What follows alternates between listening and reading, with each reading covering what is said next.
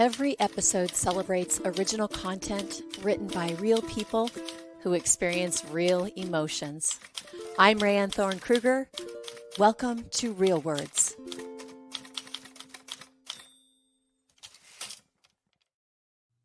And a big Real Words welcome to Jeff McNeal, voice artist. Hey, Jeff, thanks for joining me today. Well, thank you for the invitation. I've been looking forward to this, and I'm looking forward to our conversation. Well, I've been wanting to get you on this show for a while because of your very interesting talent and artistry. So if you would like to give us a brief introduction, that'd be great. Oh my gosh. I said brief, Jeff. Yeah, I mean, I have a hard time talking about myself. I just want you to know. I'm Most not that artists kind of do. guy. No, basically, I started out as a kid who had a fascination with radio and radio personalities, and decided that I wanted to be one at the tender age of 7. I firmed up the decision when I was 13. I started studying in high school, taking classes that might help get me in that direction. And then I spent about 20 years in radio. I started when I was 18. I retired from radio when I was 37, and started doing voiceovers full-time, or concentrating on that primarily, in my early 40s. And here we are. Long time in radio, and you were very young when you started in radio. How old were you? My first station I started at, I was 18 years old, and I was in Monterey, afternoon drive, my first job, which was pretty amazing. Awesome. And it was a beautiful place to live, and it was a lot of fun. And I was paying $180 for a studio apartment. Oh my goodness. Overlooked Monterey Bay. And, those were the days. Yeah. But then again, I was also only making $600 a month. Well, there you go. It's all relative. It was a big chunk. Yeah. And then within 9 months of starting radio, I found myself working first part-time and then full-time in Los Angeles.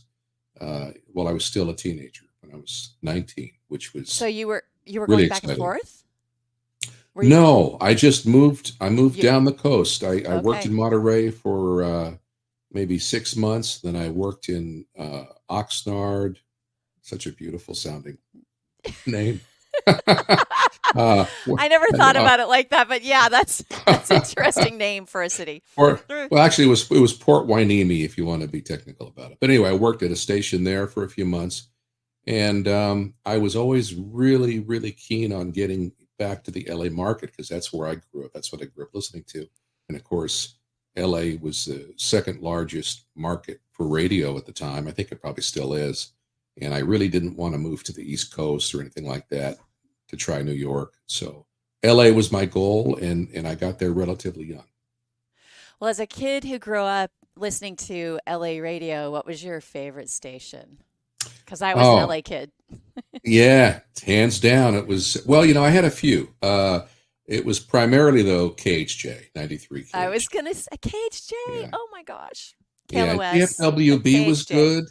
Yeah. Well, see, you were more into the album rock. I was more oriented towards top 40 hits. Okay. I hadn't really gotten into the album cuts, okay. or album oriented rock, as it was called back then. So being drawn to radio as a young person, what made you think that you could even do it? I mean, did you pretend that you were a radio announcer as a child? What made you think this was something that you could do and make money as? Well, I didn't know if I could do it. I just thought it seemed like a great way. Well, here was the what started it all. We were vacationing at Newport Beach in the summer of 1967, and I was the youngest in the family, and my brother Jay was 7 years older than me, and my cousins Greg and Ron were maybe 8 or 9 years old at that point. And I was standing there, and they were talking about, and we were listening to the radio, and they were talking about how cool the DJs were at KHJ or whatever. So Real Don Steele or Sam Riddle or somebody, or Humble Harv. Oh my gosh, back. So these guys that I looked up to were looking up to disc jockeys, and I thought, oh, that's interesting. And then I just found myself listening to the radio a lot as a kid, and I had family in San Francisco, and my grandmother had like this 1937 floor radio from Zenith with the green tube tuning eye, and I would listen into KYA and KFRC, and I just loved radio, and I thought it would be a fun way to, if you could get in, it would be a fun way to earn a living without working. Right. You know. As I'm listening to you, the impetus for this show is understanding the development of AI and how it impacts artists, right? But Hmm. you have been kind of running from technology your whole career when you think about what has happened to radio and Oh yeah, DJs and yeah, streaming services, correct? And yeah, and of course there yeah, are still DJs out there on yeah. It's not the X. same though. It's not the same. It's not the Yeah, same. it And used to be a real career, and well, the landscape was so different. It was, you had three television networks and a few local channels and UHF, which nobody really watched, right, and that right, was it for television. And you had radio, and if you wanted music, you had to buy it at the record store or listen to it right. on the radio. And a lot of people discovered music by listening to the radio. So radio was a lot more important back then.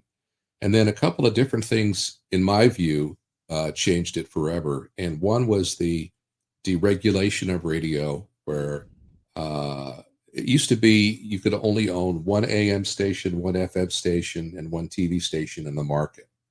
And then they deregulated it so Mm, one huge company could own five or six different stations. And instead of the fierce competition between the right. two top 40 stations or the two album rock stations battling it out for listeners, they just said, okay, we're going to make this one our album rock station. This will be our talk station. This will be our top 40 station. So they eliminated the competitive aspect of radio. And when they did that, they no longer had to pay exorbitant salaries to radio personalities. They were able to save a lot of money in promotions, as far as giving away trips or money or whatever. They would, instead of being a local thing, it's now a national contest. We're giving away $50,000, and you only have one of 300 million chance to win. But Right, I'm not going to right, tell you that part. right. So that happened, and then when Napster came out, Mm, MP3 and music sharing, man, that really wrecked the record industry too. I'm But trying it to think the other also, one. Was it called Limelight or Lime? yeah, yeah, it may have been. There Yeah, I was don't one that remember. that tried to battle against Napster, and then Oh, they ended up having a lot of viruses, and so you stayed yeah. away from them because if you downloaded a song or streamed a song, there was a good chance you were going to get a virus on your computer or device. Well, by the time they got a handle on Napster and got rid of it, the genie was already out of the bottle, and people knew that they could listen to their music for free. They knew where to look, and And not of have to course have that, ads or a right. DJ or And that has also and on translated. demand, which is Yeah, the big thing. On demand, I don't have to wait for them to find my every 2 hours to my favorite song, right? For it to exactly. circulate in. You could hear it on demand. Yeah. I mean, I remember being 13 years old in 1973 and listening to KKDJ. It was the first FM station that I discovered, and which eventually became KIIS FM. Anyway, I was listening to KKDJ, and I called up. His name was Danny Martinez, a disc jockey, and I asked him to play a song for me. And yeah, sure. And I stayed up till the end of his Oh. shift with my tape recorder, waiting to play that song. So as a result of that, when I became a radio personality, I never promised somebody that I was going to play Mm. something unless I knew I could follow through and actually do it, because it had Well, thank become you for that because I important to me. think I did the same thing. I think I did. I do remember the countdowns on New Year's Eve, the countdown, the top 100 from the year, and Yeah. staying up all night listening to you, waiting for your favorite song to be somewhere in the countdown.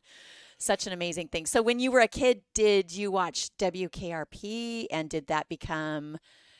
Is that what it was really like? I mean, that was my intro to.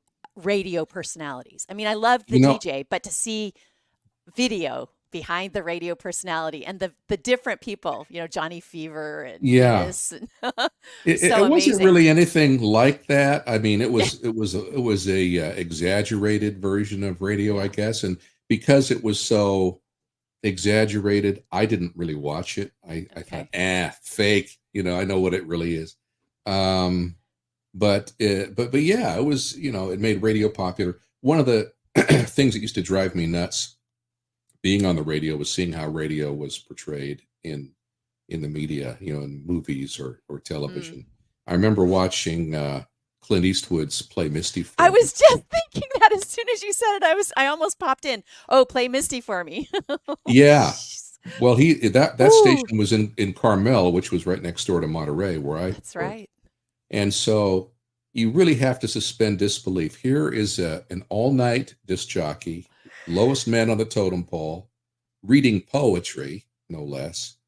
So he's working midnight to 6, presumably. He drives a classic Jaguar. He lives on this amazing bachelor pad Right. home on a Overlooking cliff overlooking the ocean. the But the thing that really upset me was when he would be talking, reading his poetry into the microphone. He talk, and Right, you look right. at the VU meters, they're called, on the control board, and when he's talking, those things are supposed to be moving. As Like, he's vocalizing. Sure. yeah, but they would just flat, because there was no signal going out, and that's just like, Uh, come on, somebody should Prop have caught that. master, where are Yeah. you? Come So on. I'm a little persnickety when it comes to radio and the media. But Sure. So, how did you, of course, you had a natural lean for it. This was something that you wanted to do, but how yeah, did very you, much. so what, so we know drive will help us to develop talents, but what else did you do to develop your vocal stylings, your talent as a vocal artist? Okay, as far as being a disc jockey, you mean a radio Sure. guy? Or Okay. anything else. I know that you also are a singer and hmm you do impressions. So what hmm were there exercises How that did you all did? that Did you start? have Yeah. training? No, I've never had a singing lesson, and I never did learn. Interesting. Yeah, it was all kind of organic. The voice impression started when I was a little kid, and probably 5 or 6 years old. And my father, he was the disciplinarian, and he was pretty strict guy. And in other words, I saw his wrath as much as I saw his humor, and I did an impression of Paul Lynde in the car when we were driving somewhere, and I was like, it was like a bench seat in the car, and I'm in the front seat, and I start talking like Paul Lynde, and my dad started laughing. I go, little bubble went Oh. off. Oh, he likes that. Oh, so, and then I started doing impressions of Felix the Cat on television, the old cartoon, and so at that point, I decided that I kind of wanted to be an entertainer. I wanted to entertain my dad. I wanted to make him laugh, Make because him if I could laugh. make him laugh, Then he that wasn't mad. was, yeah, that meant a lot to Right? me. Yeah, yeah. Yeah.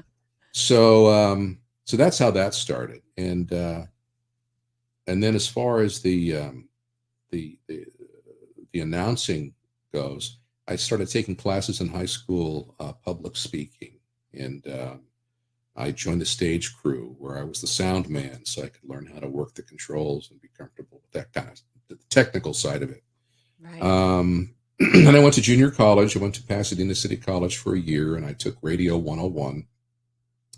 Had a fantastic professor in that class. His name was Anthony Georgilis. Dear man, passed away a long time ago, but I really enjoyed his class.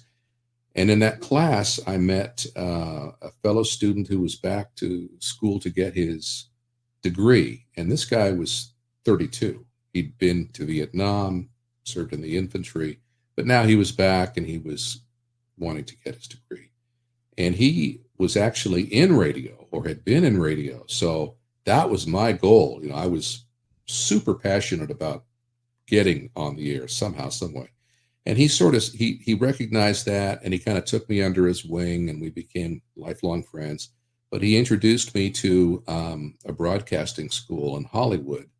It was called Don Martin School of Radio and Television Communications, I think. It was on Hollywood Boulevard, not far from Grauman's. And he introduced me to another guy there, Steve Brown, and he was only maybe 5 or 6 years older than I was, but both of these guys had been like in Palm Springs and radio and nothing major market, but they were working announcers. So I really looked up to them. And in about 3 months of taking their class, I was ready to create an air check and get my first, look for my first job. So that was the prep for that. As far as the singing goes, it's debatable whether I can sing or not. Actually, I've heard you can. Well, I think I think my wife kind of nailed it. Or somebody, maybe it wasn't my wife. I don't want people to get upset with her, but somebody said I was a gifted mimic, and I think that's probably pretty accurate. Yeah.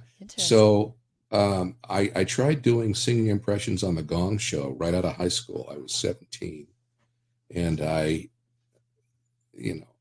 decided, I'm going to go on the Gong Show, and I'm going to become discovered and famous and rich, and I'm going to make it. As an impressionist, interesting. Yeah. Well, so that was the era after the era of Rich Little, and I just loved him as a kid, watching him perform. Yeah. And all the mimicking that he was so brilliant at.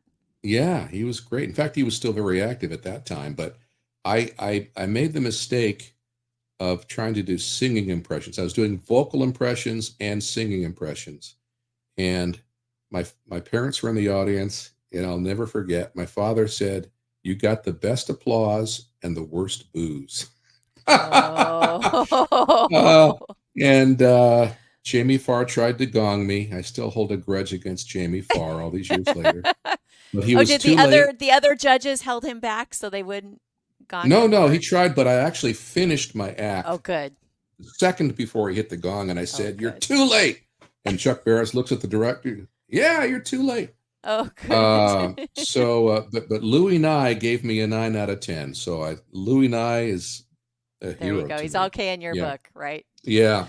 But anyway, so that's so I didn't sing again for 38 or 39 years because I was, well, that's not going to work.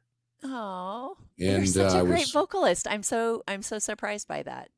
Well, that started when I was 49.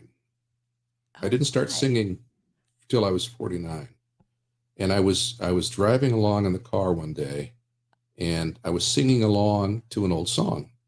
And it was Gene McDaniel's. He took 100 pounds of clay. It sounded like that. And I as I was singing, I was realizing that I was molding my voice to sound like his, and I just had this little epiphany, and I thought, gee, I wonder if I can apply, because I did a lot of voice impressions on my radio show, and 50 or 60 different voices. And I thought, I wonder if I can take this lifetime of vocal impressions and turn them into singing impressions, of singers that I like, even though I never really sang. So I started out really tentatively, and because, I had a career in voiceover, and I really didn't want to embarrass myself, and YouTube can be brutal as far as comments and things. That's true. Especially back then. It's a little more moderated now, and you can filter out negative things. But back you can turn then off it the was comments, so. Yeah, you can, but I don't. If anyone wants to be critical or complimentary or whatever, have at it. Just don't be weird or profane or whatever. Right. But so I very tentatively put out that video of me singing 100 Pounds of Clay, and got a really nice response, and it surprised me. And I thought, well, this is fun. Let me try another one. So if I can do that, maybe I can do Mick Jagger, or maybe I can do Dean Martin, or Frank Sinatra, or Jim Morrison, or John Fogerty. Anyway, it just started building from there. And after about a year of doing that, and maybe 100 different videos, I started building, subscribers and people were watching it and enjoying it, and I was enjoying it. It was just Were you a just fun using hobby for me. karaoke backing? Backing? Yeah, yeah, Okay. Okay. yeah, yeah. And if I could find it, but I wanted it to be really good quality. I didn't want it to be the Right. hokey karaoke stuff that has Okay. like the melody playing, the Yeah. melody of the vocals playing with the The thing with the bouncing little. ball. Yeah, yeah. So and I recorded it in my studio over here, and my vocal booth. Anyway, after about a year of that, and I was around 50 years old, and I thought, gee, it would really be fun to do this live, with for an audience with a band. How with fun would that with a be? cover band. Right. Yeah, yeah. So, but the problem was I'd never sang in public since the Gong Show, and I was so humiliated by that Oh experience no. that I was really nervous about it and didn't know whether I could do it or not. Wow. So I lived near Pachanga, the casino, and at the time they were having a karaoke night once a week. So for about 6 months, I would go and sing karaoke just to A, see if I could do it in front of people, and B, make sure I could, do a decent job. And then I started putting a band together. Were you nervous that first time? Oh, the first time I was so nervous. I mean, my heart was Somebody who's pounding. done vocal work for years, and you were so nervous at karaoke. Well, here's the thing. It's a weird thing about being a performer or a voiceover guy. You have to remember, I spent 20 years in a room like this, No talking audience. to myself. Yeah, there's No they're live out audience. there, and I'd get them on the phone or something. Right. Very different. and conversely, I was very fortunate to throw out a pitch at a San Francisco Giants game back in the mid 80s. That's And there's cool. like, 40 or 50,000 people, no problem. Hey, everybody, but because they're far away. But Right. when you have a smaller group of people closer scrutinizing you, then it's a different story. It's a whole different ball game. Well, So I'll bet after a couple of karaoke nights, you became a hit, and people that were regulars knew, oh, Jeff's getting up. We're going to have a great show. well, that's Come very kind of you on. to say. That's very kind of you to say, but not really. Everyone's there for themselves, and you have to get in line, and Right, you're right, lucky if you get to sing once every 2 hours, or right. So, but it's very forgiving. The nice thing, karaoke, That's as true. hokey as it is everyone is very supportive, That's because true. half the people there can't sing anyway. But Or whenever somebody they've gets been up, imbibing. They've been imbibing, and it's yeah, and it's there's just fun. It's just just a fun. fun. It's just fun, and nobody's like, "Boo, get off the stage." Right. You don't have to worry about that sort of Well, thing. if you're not great, how brave do you have to be to, stay up there and finish, especially if you have any kind of idea of how not great you are, then it just Well, it's just fun. it is just fun, and the not great ones are very entertaining too. They are. They are indeed. The most entertaining, actually. So, as an impressionist, do you have any favorite impressions that you've done? Like ones that you always go back to or that other people seem to enjoy the most? Um, yeah, I currently it's Sam Elliott and Morgan Freeman. Oh, well, you have to do some now. Sorry. Oh, Please. uh, beef. It's what's for dinner. Well, Sam that's pretty Elliott good. kind of talks like this, and He sure does. or sticks out his lip like a turtle, and sounds got that West Texas accent going. So Wow, that's amazing. yeah, and then Morgan Freeman is more of a glottal sound. Like, let me see here. I'm so happy to be doing a podcast with Rayanne Thorn Krueger about voice work, because there's nothing else I'd rather be doing right now than visiting with her, or maybe seeing my old friend Andy Dufresne. Yeah. My goodness, that was brilliant. I'm going to clap, clap, clap, clap, clap. That was Oh, brilliant. How did you know to add that little bit of a crack? How do you do that? That's brilliant. It's that little bit of a crack in his voice.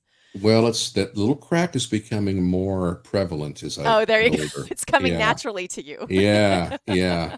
But no, it's all part of it. And when I do singing impressions, um, trying to match not only the timbre and phrasing and cadence of the original singer, but also the texture of their voice. Sure. Like John Fogerty is very textured. It's got that real gritty texture.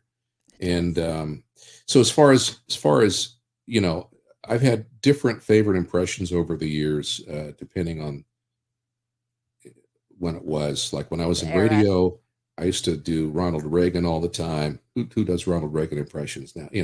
Right. Mr. Gorbachev, tear down this wall. Nancy's making me a consomme of my favorite broth. Aunt, Mommy, is it soup yet? That's There's funny. too much government. Government. Government. You always said government. Government. Right. Government. There's too much Government. government going on. Yeah. Government. Government. Yeah. Anyway, there's little things that different people do that you can pick up on, and it takes practice. It's not easy, but it's not impossible, as I've proven. That's amazing. Yeah. I, So I anyway, love it. Thank you for sharing those. yeah. So voiceover work, anybody who wants to see or listen to your voiceover work and see if they recognize you needs to go to your website, jeffmcneal.com. Jeff is my guest today here on Real Words as a voice artist. And one of the questions that I wanted to ask you, Jeff, and there's also a variation on this question, is what voiceover work have you done that would surprise us most? That we might know of that we didn't know was you? Oh, the movie trailer for Disney's Frozen, the original Frozen movie. That's a big one. Yeah, that is a big one. And yeah, I'm only on the first 16 seconds of it, but And that's that's featured fine. on your website. So anybody who wants to view Yeah. that, it's brilliant. Oh, And thanks. then a variation on that, Jeff, and this one might be a little tender, not sure. Okay. But is there something where you used your voice that was unexpected or unusual? I think I know what you're getting at. Are you referring to a mutual friend of ours? I am. Yeah. Well, just a little bit of background. We've talked about my band, Mrs. Jones' Revenge, and the band was active for about 10 years. And about halfway through that time, we had to replace our original drummer. And I was friends with your friend from high school, Keith Boyer, Officer Keith Boyer. And yeah, he had been a friend of mine for years before that. I'd met him years earlier. In fact, I asked him to come help me pick out a drummer for my band when I was first auditioning people. I wanted him to hear them and let me know what he thought. And Keith was very busy. He was in a lot of different bands. He just loved to play, and he was very good. So I didn't ask him to join my band because I wanted someone who was just going to exclusively play with my band and not every other band in town, because we were doing a lot of different. We were basically a tribute band we were a cover band, but doing tribute caliber quality songs. Right. So that meant a lot of different drumming styles and somebody really, really talented. And I didn't want to take him away from that. And I remember very incorrectly thinking, and I couldn't have been more wrong, and I'm happy to admit it. But one of the reasons I didn't want to ask Keith if he wanted to join the band was because he's a police officer, and you tend to assume police officers are used to being in control and A-type personality. And I didn't want to risk our very good friendship over possible disagreements as far as what the band was doing. That's So very that was one wise. reason. So that was one reason I didn't want to risk my friendship with Keith because I thought that might be a problem. Well, I was so wrong about that. So when it came time to replace my drummer, I tried out a different drummer for a few shows, and we were like, it wasn't working. So I had to get rid of him. Had a really important show coming up, and I asked Keith if he would consider joining my band or stepping in for that show, and furthermore, if he was willing to just concentrate on us, if he would want to join Mrs. Jones' Revenge. And he said, yeah, he was, because by then we were pretty well established, and he knew what we were capable of, and I knew what he was capable of. And he was like the most easygoing guy in the band.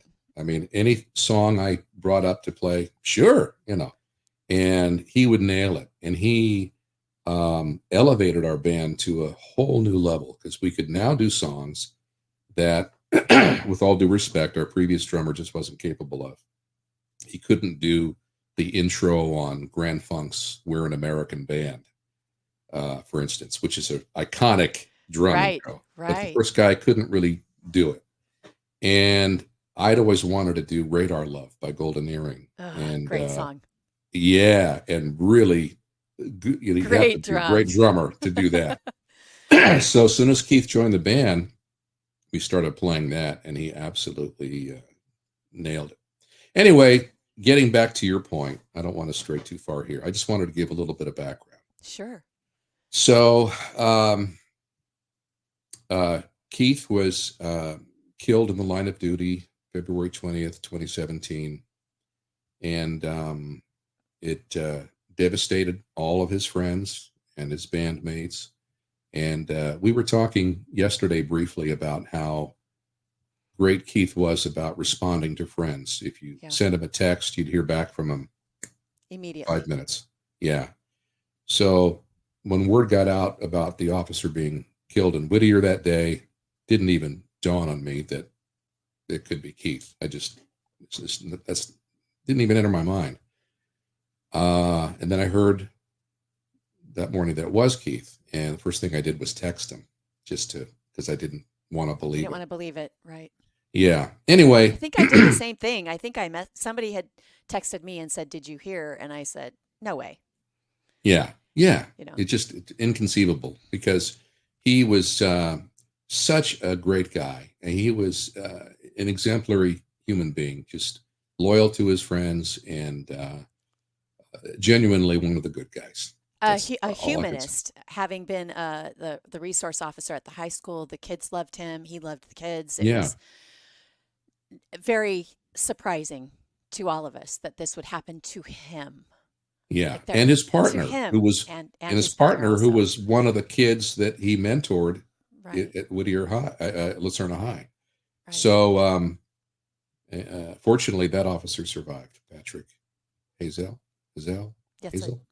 Yeah, I'm not sure if I pronounced it correctly, but anyway, and one more thing I want to touch on before getting to your question about an unusual voice thing that I had to deal with.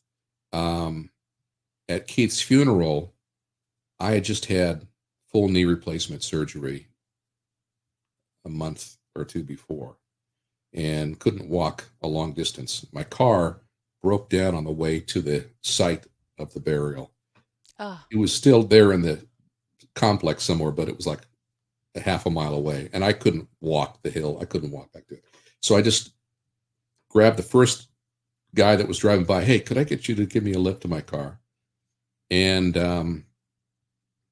never forget it. So I got in the guy's truck, and he recognized me because we'd been on the media, interviewed about, he knew who I was. We started talking. He was a 47-year-old guy, and he had been booked into jail by Keith 20 years earlier, or 25 years earlier, and he wanted to pay his respects because of how kind Keith was to him when he was booking him. He said that, I said, "What'd you get arrested for?" He said, "I was just being stupid." He said, but Keith got me a sandwich. He made sure I had a soda, something to drink. and he basically counseled the guy. You know, Keith was a very godly man, and he was trying to get this guy to maybe make some better decisions in his life. And the guy took it to heart, and he ended up getting married and having a family, and a successful guy, very, very religious guy, very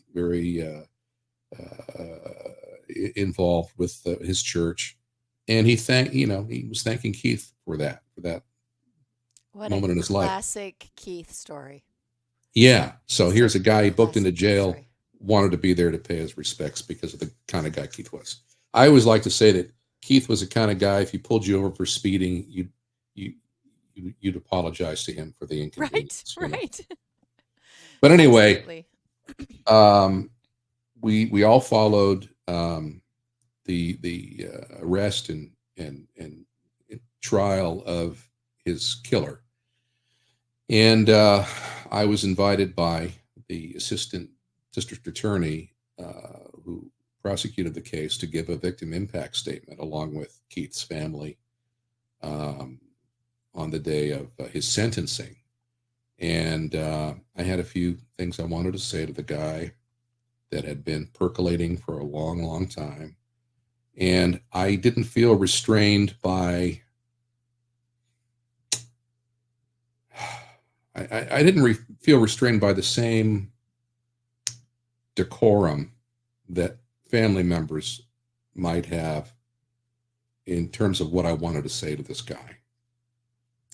But getting the words out, and again, professional announcer here, Right. it was the most difficult thing I've ever had to read out loud. I was reading my notes, looking right at this guy, 15 feet away, staring at me staring at him.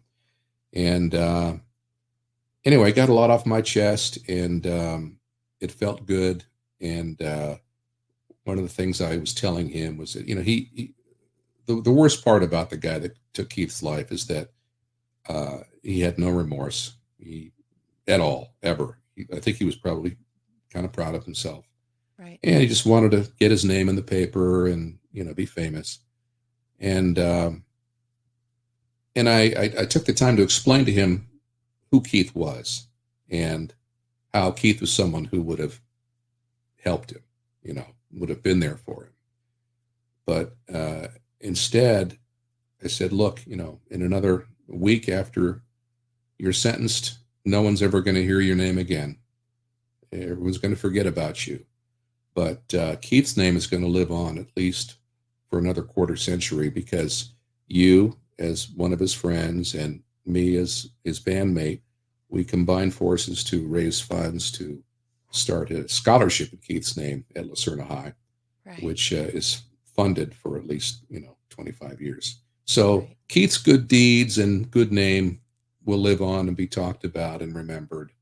And this guy just wasted his life. He just consigned himself to hell for what? He did. He did. Hell on earth and hell beyond. Yeah.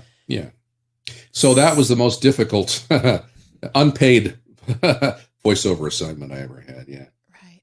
Well, thank you for doing that, because I know it impacted many people, and I'm sure it was one I of the think I was able drivers to for the sentencing.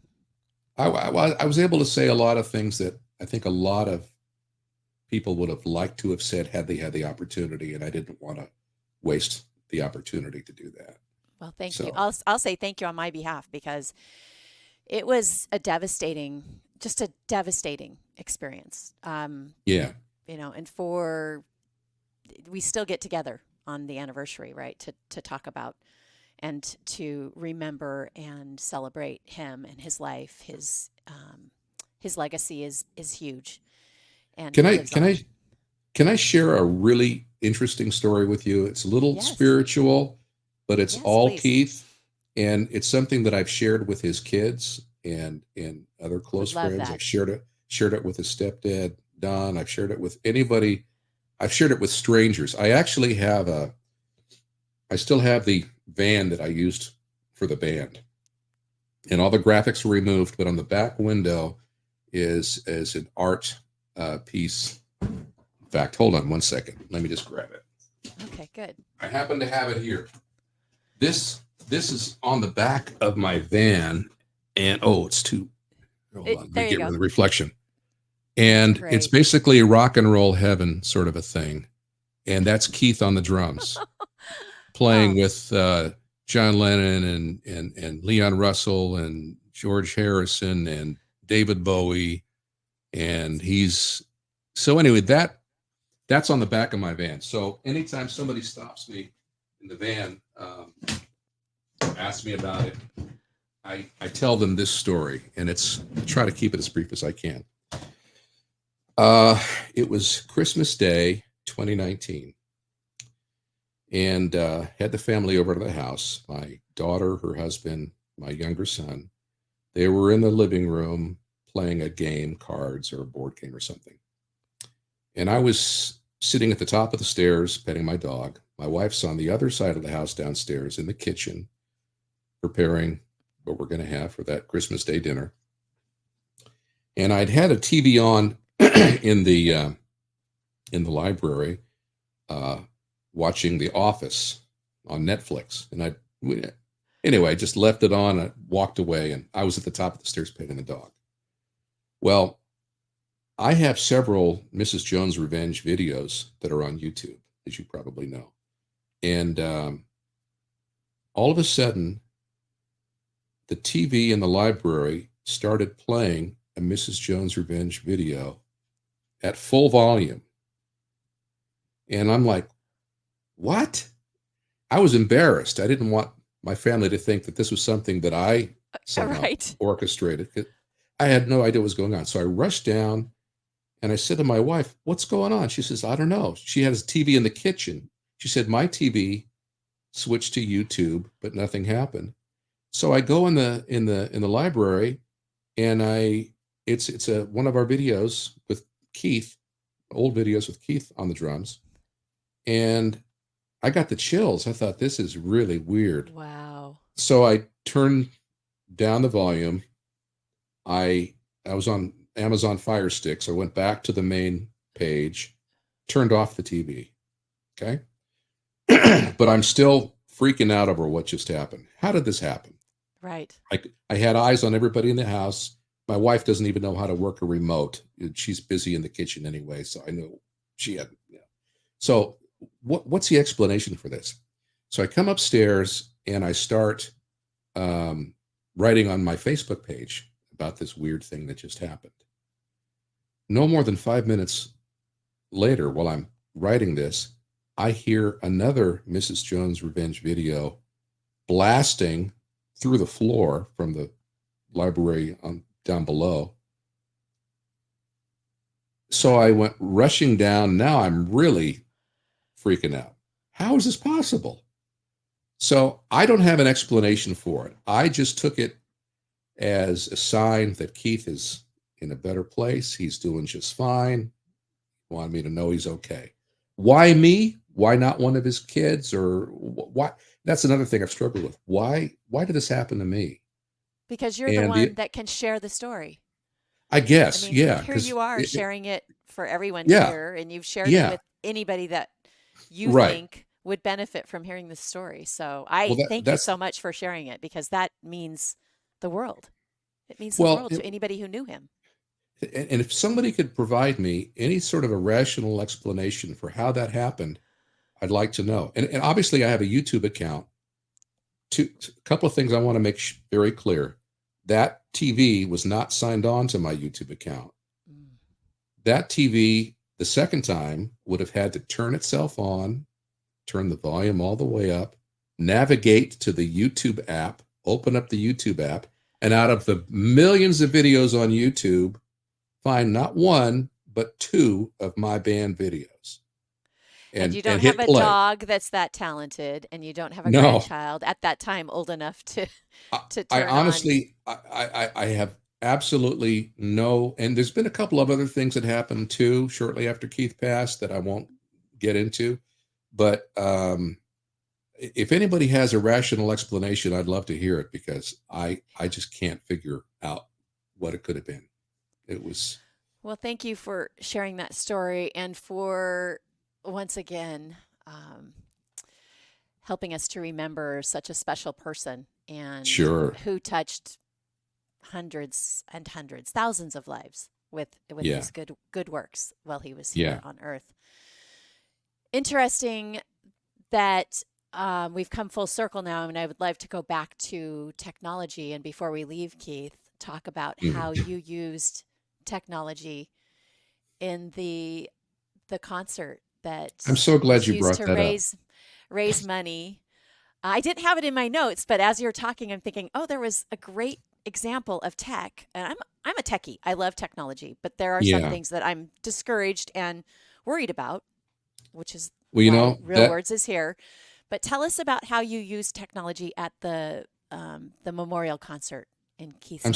I'm so glad you brought that up because it's something that I'm super proud of. And it almost didn't happen. And I didn't know if it was going to work until the rehearsal right before the show that night, which is why nobody knew anything about it.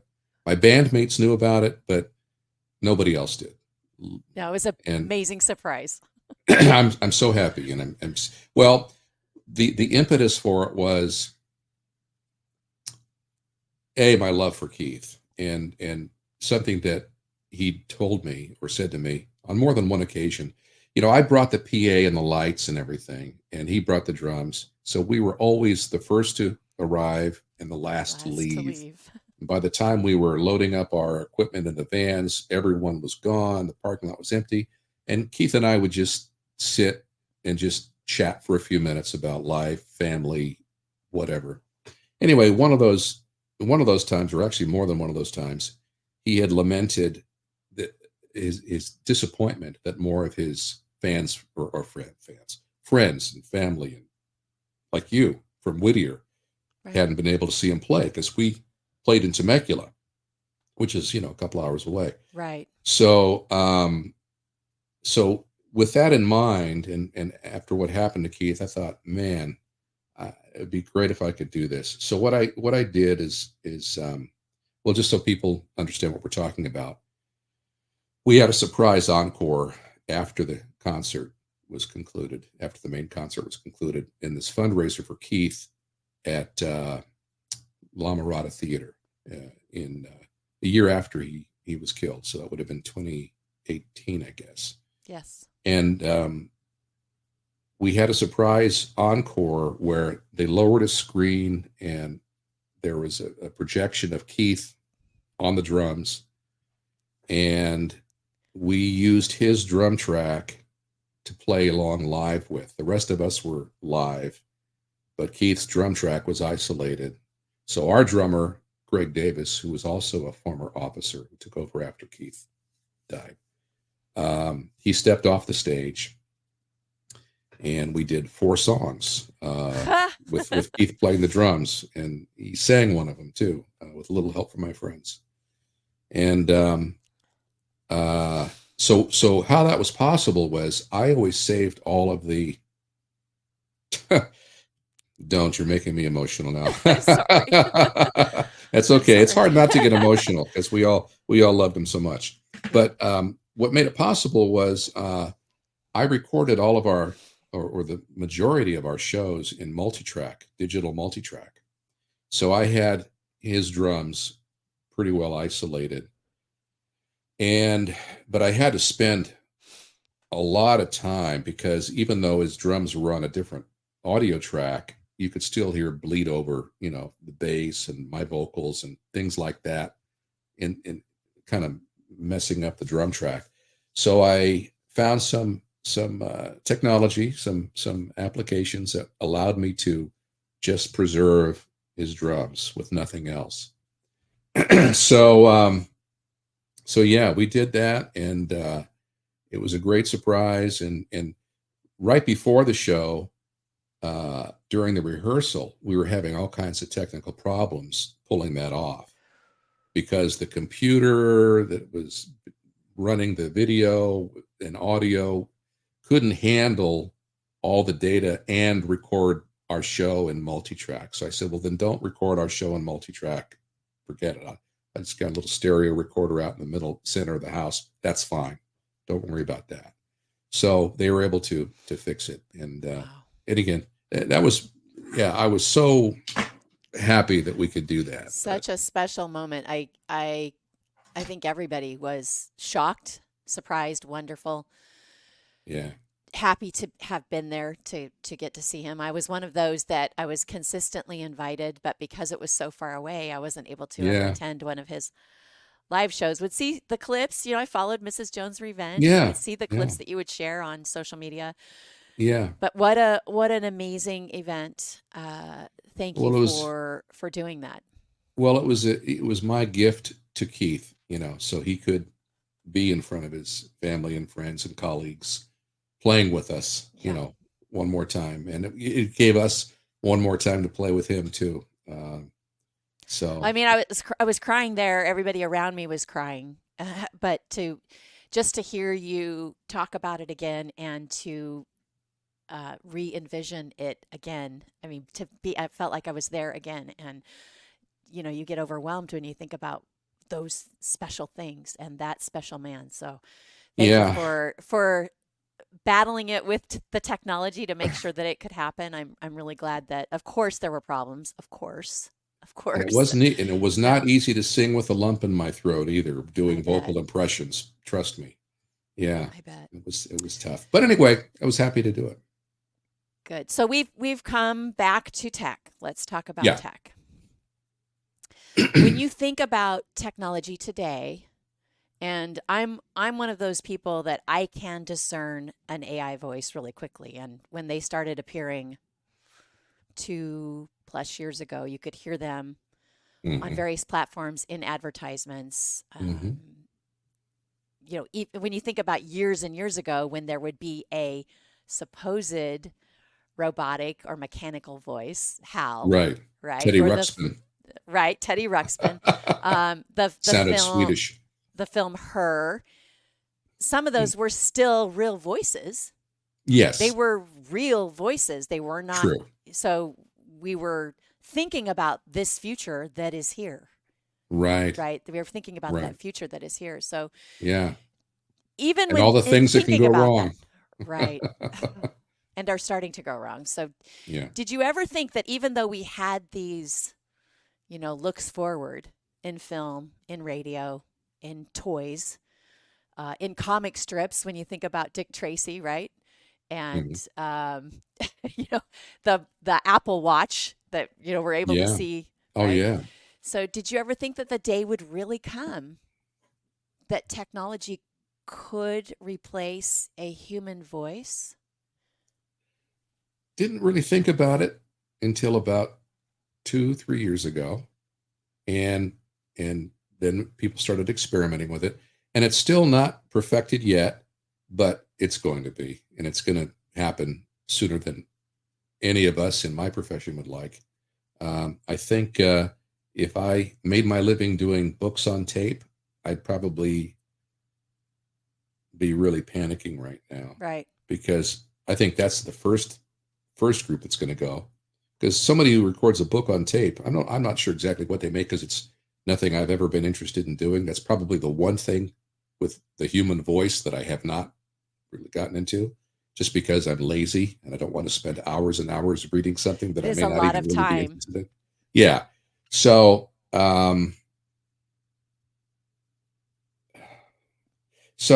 I've lost my train of thought. But anyway, now you can transcribe the entire book and feed it to the AI thing, and and for $35 a month, whatever it costs, unlimited, and you can read that, have them read that thing in a pretty good and good enough way, and not have to pay a human being 10 grand or 15 or whatever they paid them.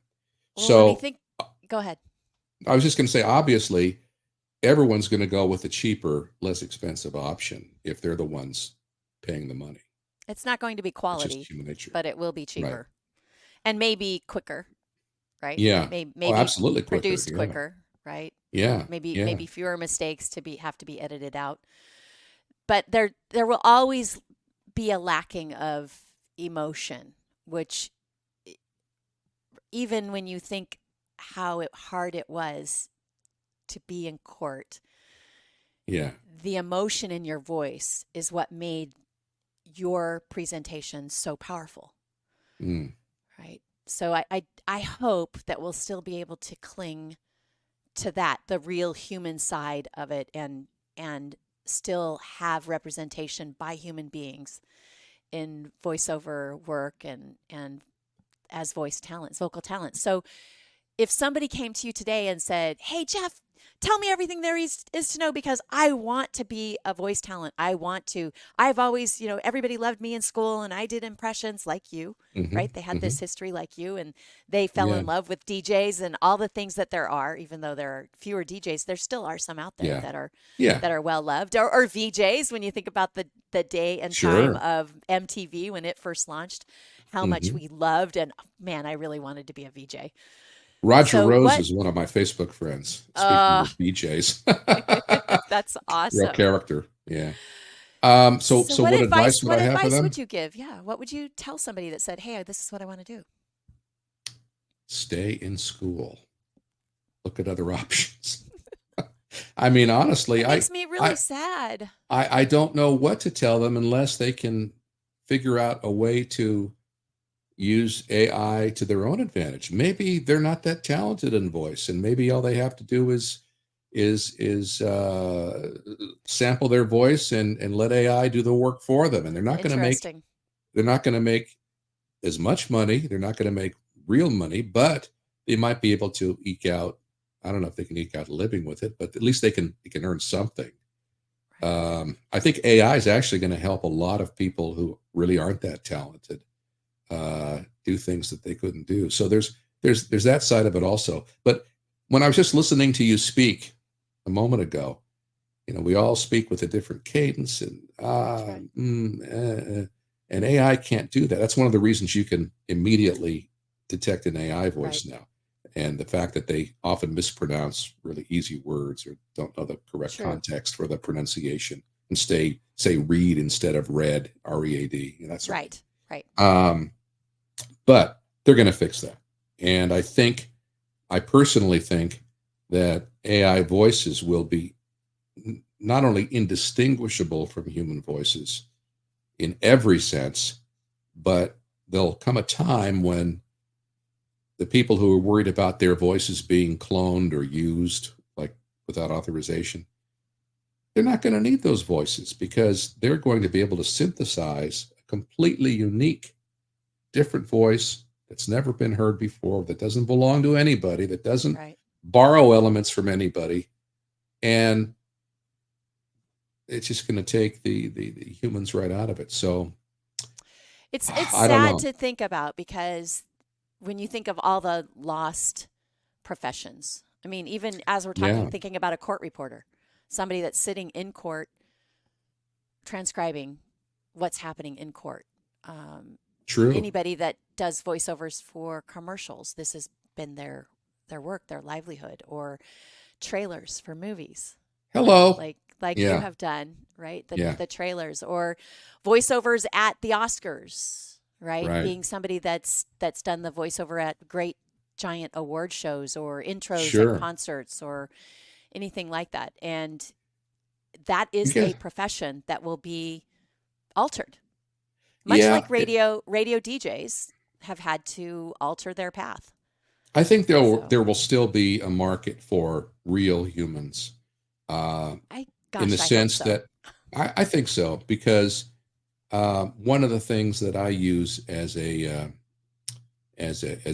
argument against AI is, do you really want your brand to be associated with cheap, inexpensive, the quickest, easiest way you could do it because you didn't have to pay somebody to really do it. Somebody Right. who really understands your business and has emotion and can Yeah, really convince somebody that I what do you're doing think is good. businesses, organizations, corporations that really care about their brand will Yeah, definitely take the time to invest in real human talent and yeah, skill I and think so too. ability. So Yeah, I believe yeah, I will hopefully continue to It's believe going to in be an that. interesting next, and it's happening so exponentially Well, when you faster. think about what's happened in the last 5 years, what are the next 5 years going to be?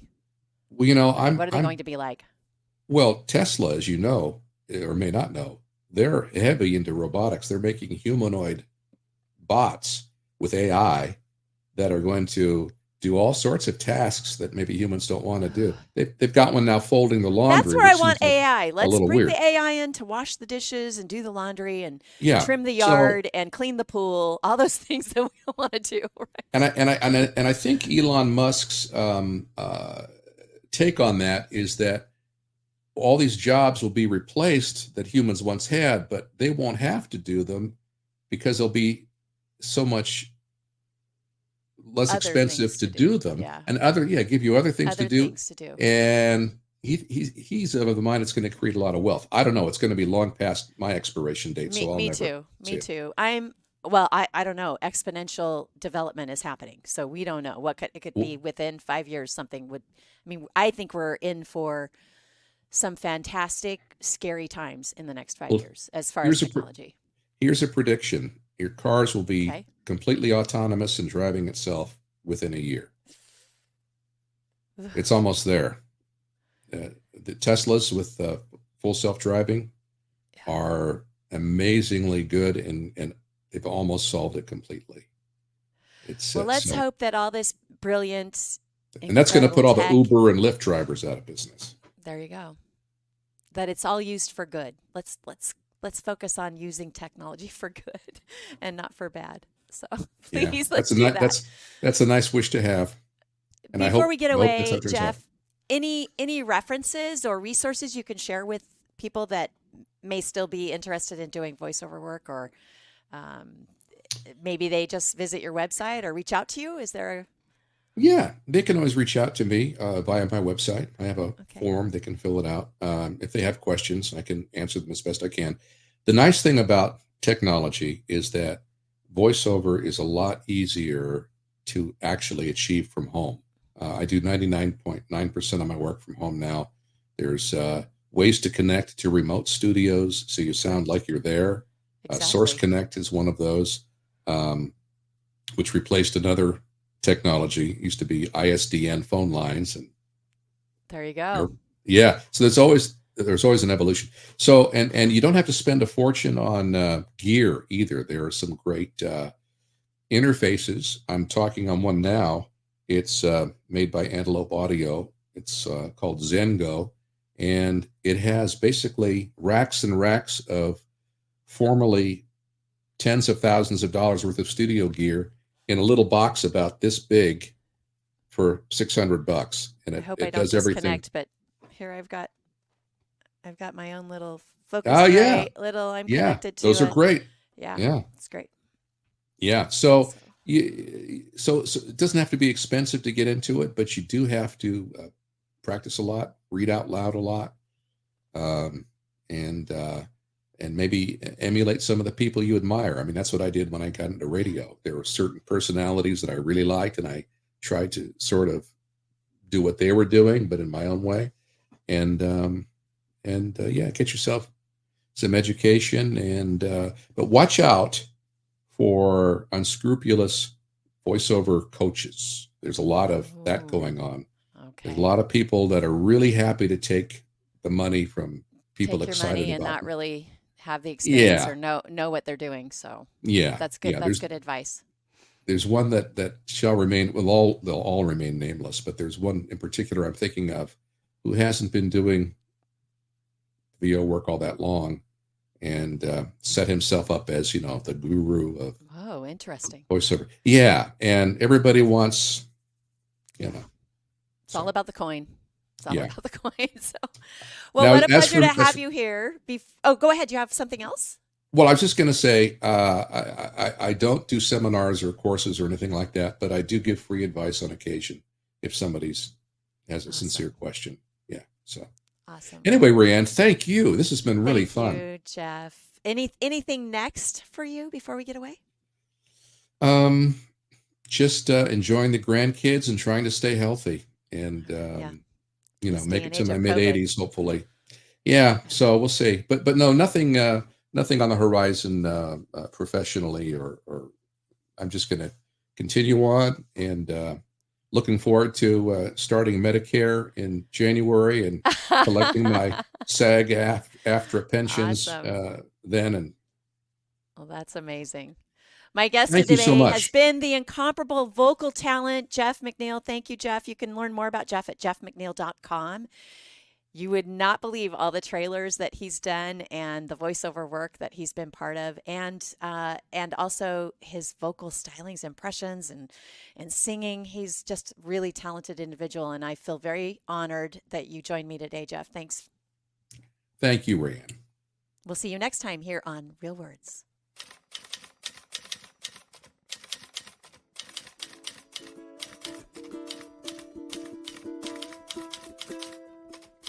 Thanks for tuning in. This episode was made possible by Never Enough Media.